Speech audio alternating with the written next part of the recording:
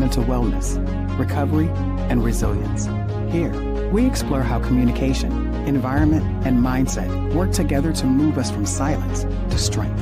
I'm Marion Mills, and I created DPYL out of my own journey through mental illness, addiction, and recovery. These conversations are about breaking stigma, finding support, and reminding you that you are not alone. If tonight's conversation brings up heavy emotions for you, please step away and reach out for support. Call or text 988 or call 911. Let's begin.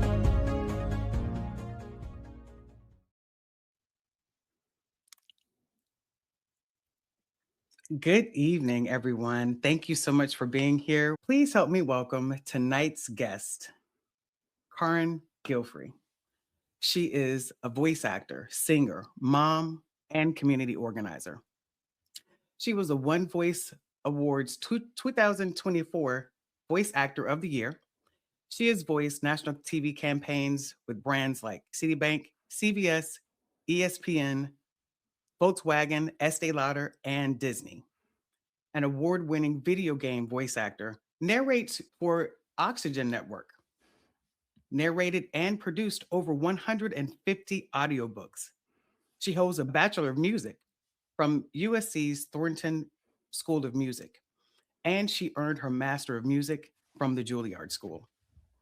Performed with LA, New York, and Santa Fe Opera, appeared as a soloist with LA Philharmonic, Phoenix, and Pasadena Symphony. And lastly, but not least at all, she is also the vice president of NAVA, the National Association of Voice Actors, where she advocates for actors' rights and AI policy at state and federal level. Please help me and give a warm welcome to Carin Gilfry. How are you doing tonight? I'm great. How are you? Wonderful. Good. I asked you about getting on this platform. It was because I saw a post on Instagram that you posted. It was a really emotional post. So let me actually share that right now, and then we'll get into the questions, okay? Great.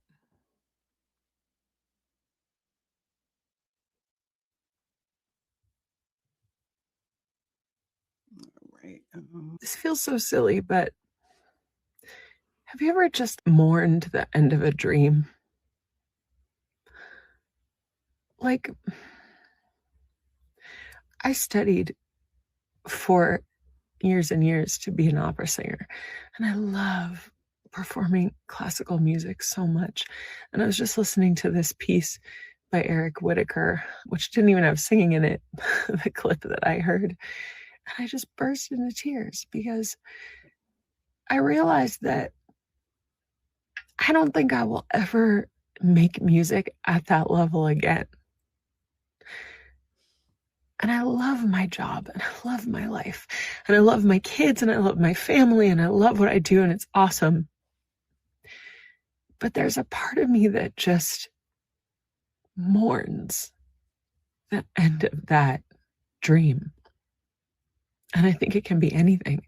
I think it can be if you wanted to have kids and you never had kids, or if you wanted to achieve something in sports and you got too old, and I know it's never too late to start and to do the thing, but if I want to keep going on the path that I'm going with the awesome career that I have and the awesome life that I have, it's just never going to be a reality for me. And that's fine. But it's just not fair that we only get one life and that we only get a certain amount of time. And there's so much I want to do. And I'm going to try to do all of it, and I had a career, but there's just so much I want to do. So that was the post. And I think I immediately reached out to you when I saw that. Of course, it was very moving. And even at the beginning of the post, from the beginning of the post, even at the end, you could tell that you were beginning to get emotional again, just at the thought of that loss. Let's get into the question. So like I said, I really appreciate you for being here and being so vulnerable.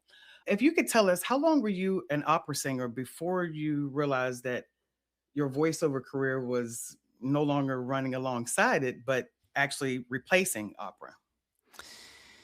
It's funny because my exit from opera happened at the same time as I decided to do something else. And it wasn't so much that voiceover overtook my opera career. Okay. It was that I was starting to leave opera because for me, it became a really toxic environment to be in. And Mm, the reason is, and a lot of opera singers will tell you this, being an opera singer is like being a professional ballet dancer, where you have to be at peak performance at yeah. all times. You have to be in peak physical condition.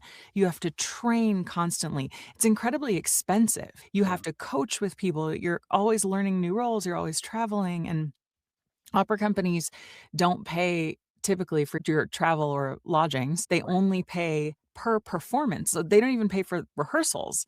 You get there, Oh, like you'll get to Paris and you'll be the show will go up in November, but you get there in September for rehearsals. And the whole right. time from September until the show goes up, you're living on your own dime. Yeah. And then they pay you the night of the first performance and you get Ooh, paid per performance. So if something happens and you lose your voice and you can't perform, yeah. you have no income.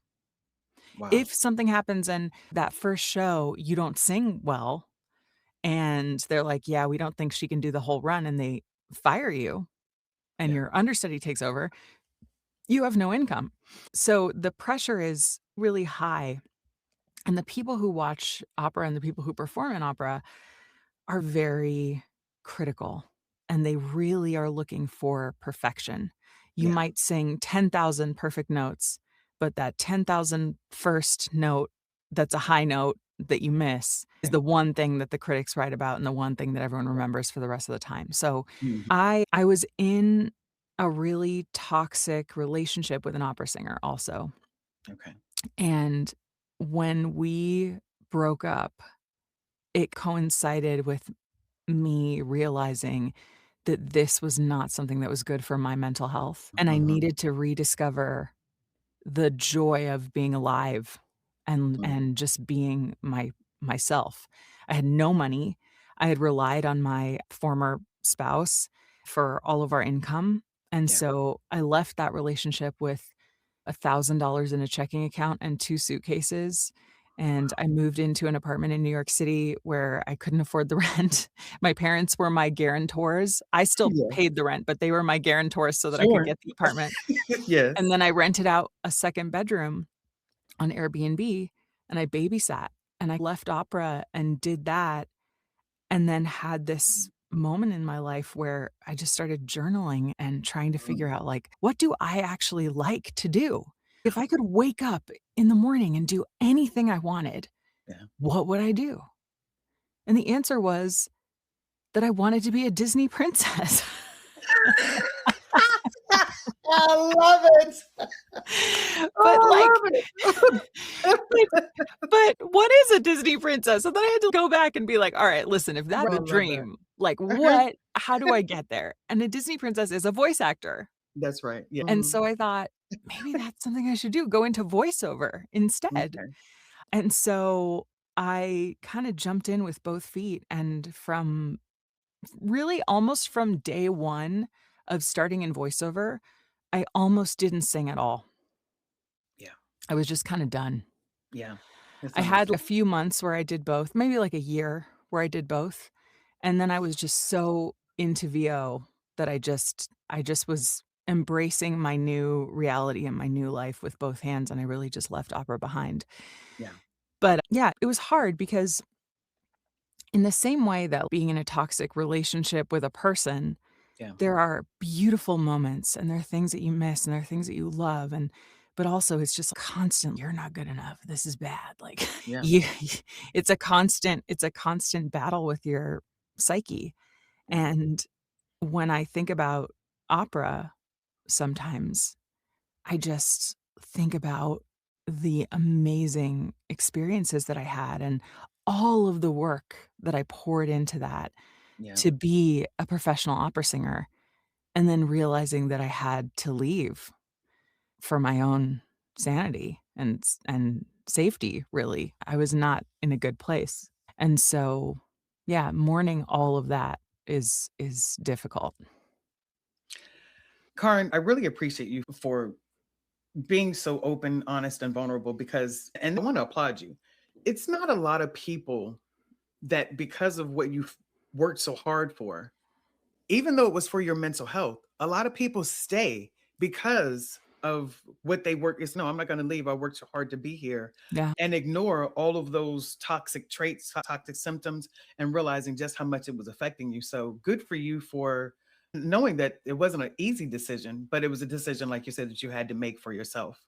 And what better thing to go from an opera singer to a Disney princess? Well, So I love I haven't been a Disney princess yet, and I think at it. this point, I'm 40 now, I think I've exited the Disney princess territory, and now I'm getting into the villain I'm in my villain era now. Okay, okay. Disney villain, but I'll be like the nicest Disney villain you ever met. Yes, exactly. Okay, thank you so much for clarifying that because that actually pivots a lot of my questions because I was thinking just from the post, of course, I created my questions just off of the post, thinking that it was something that was you had to give up because of that. As you just stated, it was still hard. How did you deal with that? How did you do you think that you dealt with it by pouring yourself into voiceover to avoid? Definitely. Hmm? Yeah, that you hit the nail on the head. That's Yeah. exactly it. I'm thinking of a terrible saying, I'm gonna say it anyway because it 'cause it's Okay. slightly relevant, but the best way to get over someone is to get under someone else, Under some, which yes. is Okay, gotcha. which is Yeah. but No, it's that's like, perfect. if Yeah. you're relating opera singing to a person, that's what happened to me is, like, I left opera and I just threw myself into voiceover. I took every single class I could. I was doing you asked me about before we started recording about audiobooks. Some of the first jobs I ever did were audiobooks, and a Okay. lot of those audiobooks I was working on for royalty share, which means you get paid no money upfront, and you hope the book Yeah. sells, and you earn a portion of the sales. So, I was working on 20-hour books that took Mm, months to record and getting paid no money, but what I gained was experience doing the yeah. job, and what I Mhm. learned was that I actually loved this job. I loved every single part of it. I loved what one of the things I love the most about voiceover versus opera is that I feel like I have so much more control. I That's am great. in charge. I'm in Yeah. charge of my business. I'm in charge of Yeah. how many auditions I do. I'm in Yeah. charge of how many direct marketing emails I send. I'm in charge Mhm. of how I schedule my time a lot of the Yeah. time. I am in charge of my business. And if I Yeah. wanna add something to it, I can. And if I wanna take Mhm. something away, I can. Whereas opera was like the way that it's set up is you have a manager. Your manager gets you auditions. You go to maybe 6 auditions in a year if you're really, like, auditioning a Wow. lot in person in New York City. Most singers fly into New York for, Wow. like, a couple of months in the fall and just live there and do their 6 auditions, and that's if you get sick for one of those auditions, you're done. Or you fly to Europe and you do some auditions in Europe, and then you just hope that they hire you, or you get hired from someone seeing your last performance that you did who is in charge of decision making, and they will just get you ask your manager if they can have you for next season. So it's Right. very much out of your hands. As an opera singer, you don't contact the head of an opera company. You would never do that. That would be really, really R not good. Wow. So I loved the fact that I got to take the reins of my own life and steer Mhm. myself in the direction that I wanted to go. Yeah. And I loved the acting. I at first hated the tech and the editing part of it, but then Mhm. once I really learned how to do it, then I learned to love that part Of too, and I got course. really fast at it. Yeah. And then the last thing was I loved the community. The people that I met in voiceover, I feel like we have a community that is unlike any other community, at least in the performing arts, maybe Mhm. in most industries. There are people who will share their contracts with you if you're in the same game or on the same show, Yeah. just to make sure that you're getting the same rate, like that we're all Right. on the same page. Like there are Yeah. people who they'll say, "Hey, I got this audition. I don't know if I'm right for this, but I think you might be right for this. Here, take Yeah. this opportunity for yourself." Yeah. There are people who will you can just call them and talk to them and ask them anything, and they just wanna help you, and it's just so supportive. Whereas in opera, it was very much like there are only 7 opera companies in the Like US, crabs in a and barrel, yeah, there's like only crabs yeah, in a barrel type exactly, of thing. exactly. Yeah. Everybody's fighting each other and everyone's tearing each other Mhm. down, and there's some supportive people there too. It's not all toxic, but it was just wonderful. I felt like I found the job that I was meant for, which is great. Yeah, Soraya said the VO community really is the best, so supportive, and I It's I the I best. certainly agree with that as well. Coming into voiceover from a social worker, it was a lot of people, almost like people not wanting you to get ahead, Mm. feeling like you're gonna take their job, but I've always been a believer, especially in the corporate world, if you do a good job managing someone and teaching someone, training someone, that is what you're training them for, because ultimately you're going to retire. I certainly can attest to the VO community being very open and very supportive when it comes to mental health and very mindful of it. I think it's that so many of us have been there, and Yeah. if even if you're not there now, you almost all of us have experienced a time in our lives where Mm. it was just dark. There were just bad Yeah. bad things happening, and you just don't know how in the world you're gonna get out of it. And or you remember in voiceover when you first started and you knew nothing and Yes. you feel like an idiot now for what you didn't know, but you didn't know what you didn't know. You don't know what you And don't so know. you Yeah. just wanna help people. There's no degree in voiceover. Yeah. And I think that empathy, specifically empathy, not Hmm. sympathy, people Yeah. who are going through difficult challenges is what helps us to take care of each other and lift each other up. And I'm really proud to be part of the voiceover community and to hopefully be a person that people feel like they can be honest with and open with, and hopefully I can support people when Oh, yeah. possible.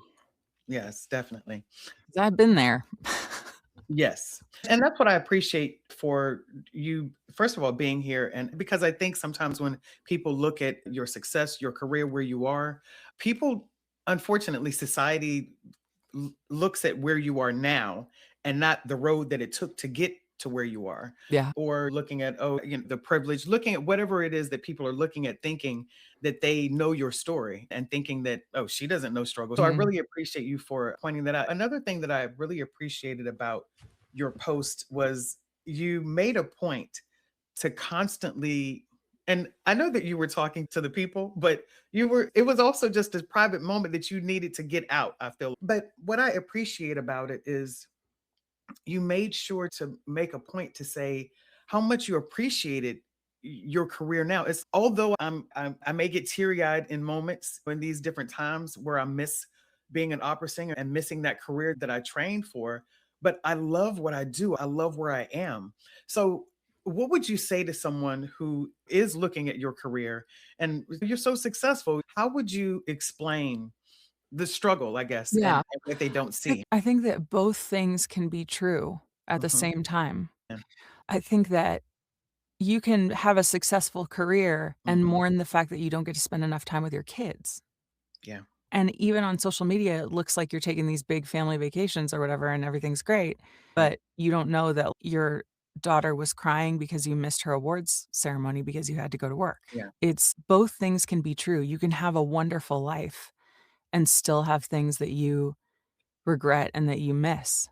And for Yeah. me, the thing about that post, part of it is that I turned 40 this year, Mm. and I had, like, an existential moment where Okay. I realized a lot of people only live to be 80. This could be halfway.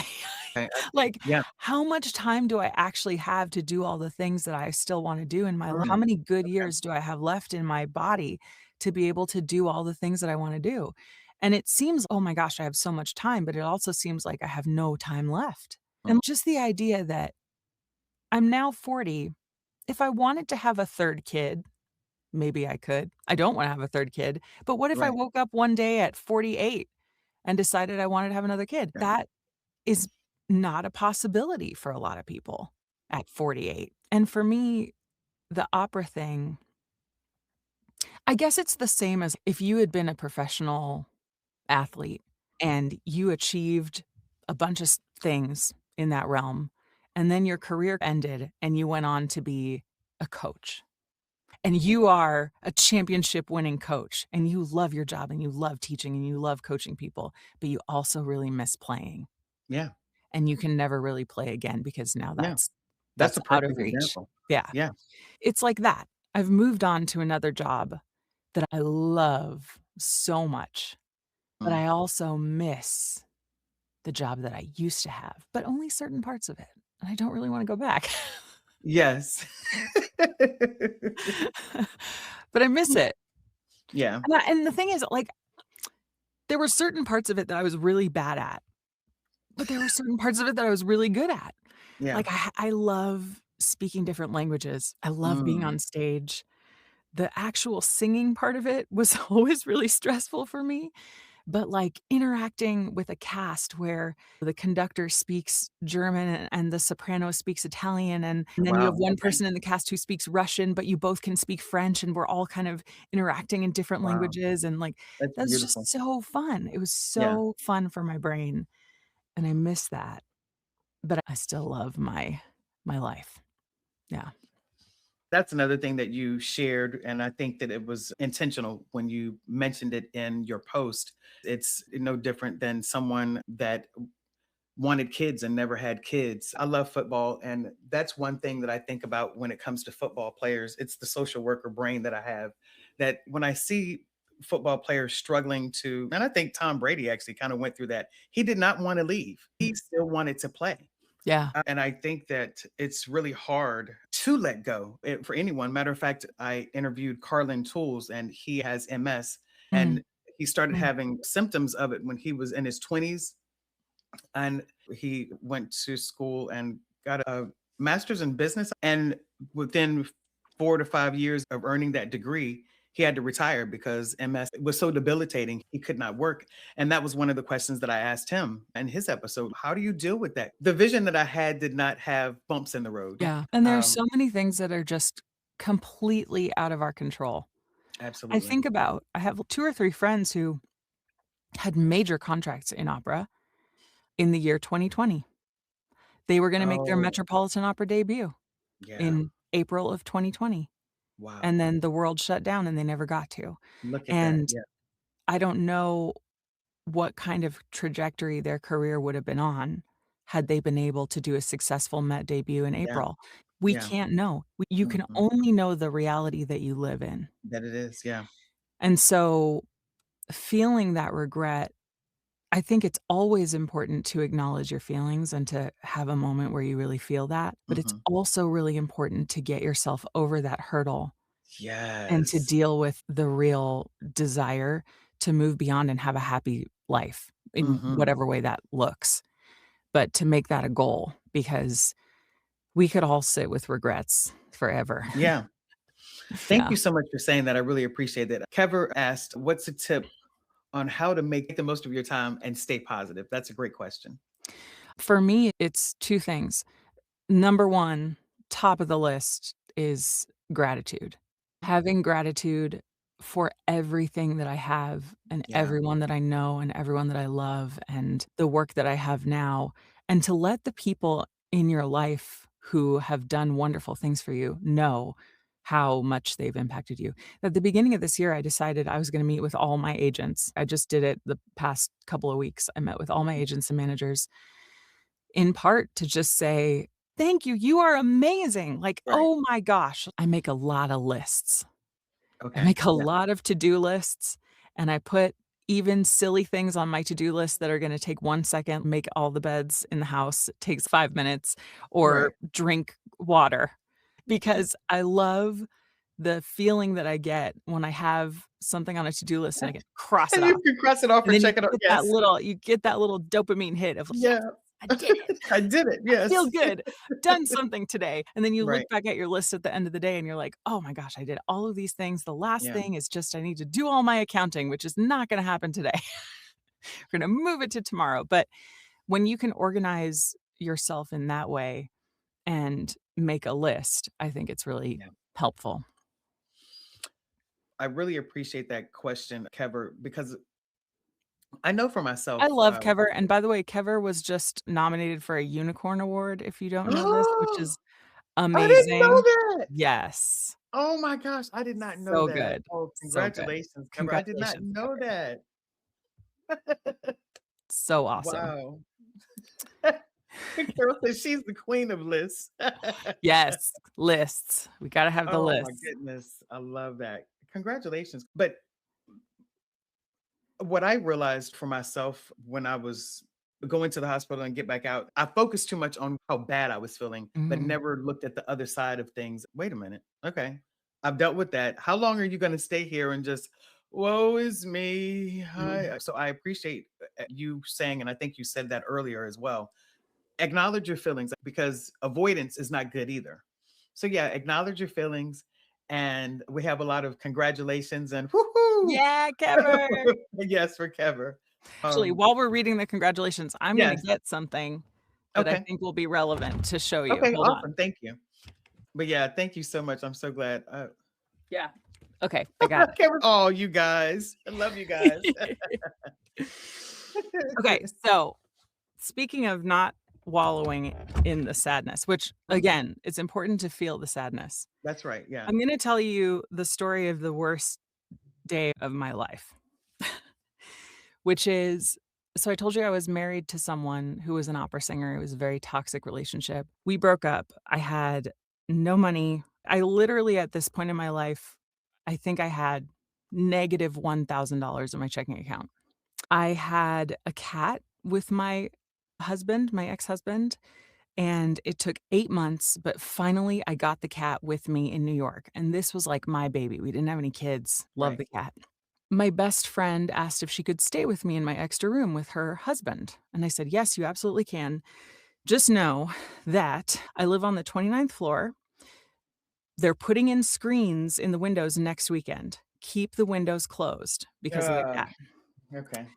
The short version is her husband was hot, left the window open, the cat went out the window, and the cat died very horribly and tragically.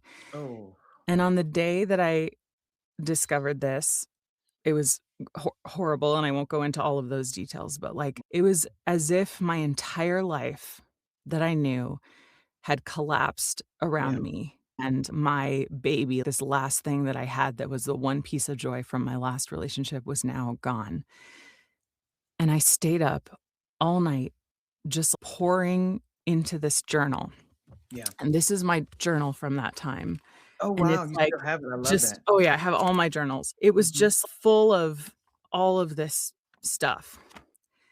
But at some point in the night, I stopped. I wrote a letter to my cat. Oh, I love And that. I said goodbye and I let her go. And then we got to this page, which is chapter 2, The Phoenix. Yes. Oh, I love that. And I drew a picture of it looks like a child's drawing. But this is the thing, That's it doesn't matter. beautiful. This is my journal. I Yeah, can do whatever I want. that's right. And I started it was literally 2 in the morning and I had been up forever. And I started from that point, the lowest point that I'd ever felt, figuring out how to build myself back up Back from up. the Yeah. ashes stronger Mm, than I was before. And it was like brick by brick, piece by piece, I decided I was mm, going to make a life that would be impossibly beautiful, that people would look at and say, "How is this even possible? It seems impossible," because it would be everything that I wanted. And so much of it has happened, but it takes work and effort. It takes deliberate action to put yourself in a place of, "I'm building something for the mm. future," I'm sorry. instead of it's I'm sorry. I was not expecting that. no. That is really powerful, It's and really that's what it's Trevor was hard. just saying. Yeah. It it's the power of getting it out, and that's just like I said at the beginning when I shared your post. I know that you knew that you were on sharing a post on social media, but that was something that you just needed to get out for yourself, and it really does show the power of journaling and the fact that I love and all these people saying that they. I think Soraya said that she has something from Yeah, journaling from journals sixth from 6th grade. grade. You Yeah. know, it first of all, anytime you may get down on yourself or think, "Oh my gosh, I haven't accomplished anything," you can go back and look at these old journals and, "Wow, I forgot about that time. I forgot about how low I was. And look how far I've come." So that's just It's really powerful, but I'm a crier. But yeah, that's so Me beautiful. too. Thank you so much for sharing that. I really appreciate that. I also Wow. started talking to myself as if I were my best friend talking to me, in my Mm, journals. Like, yeah. I started calling myself honey and sweetie in my Mhm. journals and just whatever, and I imagine what my mom would say to me. She would be like, "Oh, honey, like, Yeah. I'm so sorry. This sucks. Like, Yeah. but we're gonna get through it. You can do this. We're gonna do this." And I had to be gentle with myself throughout that whole time, but also just know that there was something better on the other side. And yeah, life sucks, man. Life is horrible sometimes. It's Oh, so unexpected, and it just like, I'm so sorry. you're one phone call away from devastating news, but you're also one phone call away from being on Oprah. We don't know. You don't know what can happen. It's just unexpected, and the only thing that we have control over is the little things, Yeah. like what time you put yourself to bed, how much water you drink in a day, and sometimes you can't even control that, but you do what you can to take care of yourself so that Yes. when you do get that life-changing phone call, at least your body is prepared and you've hopefully had enough sleep and you've taken care of yourself every day so Yeah. that you can be strong. I Yeah, don't know. absolutely. Wow. Thank you so much. Wow. I don't even think that I think maybe for the last 10 or 15 minutes, I have not asked not one question that was actually on the, but again, that's what I That's love all about right. it's just flowing, right? Yeah. There's just a natural conversation. So I really do appreciate that. Definitely. I love it, and it also just shows the power of in that moment. It sounds like you're very self-aware and you have been for quite some time, or maybe always. The fact that in that moment you didn't just go to bed or wrestle in your sleep, have a restless night. It was like, no, I have to get this out. I'm gonna. And in that moment, at 2 o'clock in the morning, you actually pulled your journal out and started. Had you been journaling before that though, Yeah, or was that no, I've okay? always journaled, and I find that I feel my best even when bad things are happening. I feel my best when I have a journal. And I think Mhm. for some people that can be a therapist. It's like going to a therapist. Yeah, You just have the ability to get it all out of you. I've gone to therapy at various times in my life. I like it sometimes, and sometimes I'm like, "I don't think this is helping," but journaling always helps. yeah, And, yeah, I have a whole shelf of all my old journals back there, and it's really fun because I make goal lists, and I draw stupid pictures, and there are times when I've drawn a picture. Actually, I have a page in here where a guy that I was dating, he his name was Evan, and he left me notes all around my house. oh wow.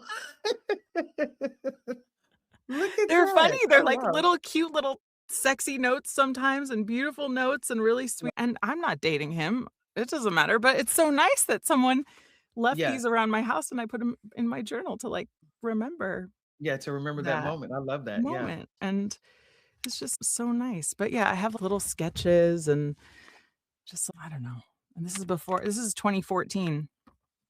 Wow. This is a long time ago. When is the last time I know you pulled it out just now. When is the last time you probably opened that and flipped through that particular one? This particular one? Yeah. This one I've opened probably more than any of my other journals, specifically because this one was the one where I divorced my ex-husband, my Okay. cat died, and I built myself back up. Yeah. Makes This sense. one and there are people I think that feel bad about all of the bad things that they've gone through. They feel Mhm. resentful about all the bad things they've gone through in their life. Yeah. I have to have gratitude Yeah. for the bad things that I've gone through in my life Mhm. because had it not been for my ex-husband, I wouldn't have met my current husband because I probably wouldn't have been single. I would have been married to somebody else. I wouldn't have the 2 kids that I have today. I Yeah. wouldn't have gone through that emotional turmoil of rediscovering what I love and who I am and what I want.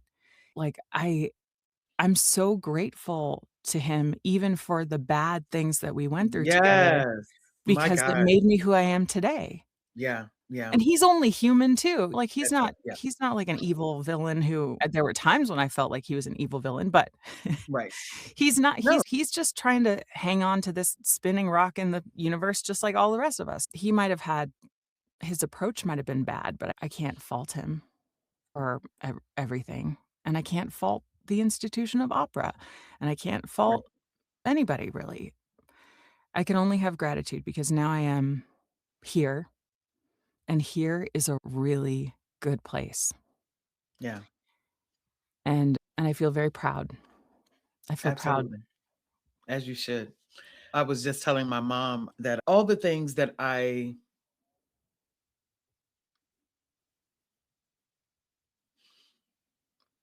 used to smoke. I smoked Mhm. for 20 years, drank for 30 or more, struggled with mental illness. It's just, I just felt like that's all my life was going to be. I'm so sorry. No, please. I just felt like that's all my life was going to be. And what you said earlier, it was like a light bulb went off. When I stopped drinking and stopped smoking, January of 2019, that was the Phoenix moment for me. It Yeah. was like, I, okay, so you're not smoking, you're not drinking anymore. What are you gonna do? What are you gonna do What's with your life next? now? What's Yeah. next? What's What's next? next? You can, the slate is clean. You can be and do whatever. And the thing is, that was 6 years ago. Congratulations. Thank you. That's Actually, 7 years ago. It's a new year. So yeah, 7 years yeah. ago. Thank you. But when I was smoking and drinking and just struggling with my mental illness, I thought that's all my life was going to be. It is, and I told my mom, I said, the thing that's amazing about Depression Proof Your Life is all the things that I was afraid of and embarrassed for. It has helped me create this platform that That's is not only exactly right. helpful for me. So like you said, it's these I can't feel bad now for drinking and smoking and being in and out of mental institutions on top of being a social worker. But like I tell people all the time, that's what made me such an amazing social worker because I had the same struggles that I was trying to help my clients through. I understood them. Like you said, it's a beautiful thing to be able to say, I appreciate the bad times, the hard times, because it led me to where I am. Yeah. Made me who I am. So I can't be mad about it. Yeah. Yes. Who said that? Count it all joy. Yes. Yeah. Love it. Yes. Look how far we've come. But I could literally go on and on. But Sandy said, love hearing all these testimonies and journals. But thank you so much, Karin. I love having this platform. I love the fact that all the people in voiceover that know you know a different side of you now. So I really appreciate that. So yeah. This has been wonderful, and I'm so happy that this platform exists, and I can tell that you have so much passion for this, and I know that you are helping people, and the fact Thank that you. you are sharing your journey alongside other guests who are sharing their journeys, I think is incredibly powerful for people, and so thank Yeah. you very much for inviting me to be Thank on you. today. Thank you. I'm so happy that I was able to be here, and if you ever repeat guests, I'll come on back. Absolutely. I really do appreciate it. Thank Thank you you. guys, everyone that chimed in and that joined us tonight. I really appreciate it. I hope you take the time, if you're actually watching this back, just how important and how therapeutic journaling is. Y'all have a good night. Thank you. Thank you.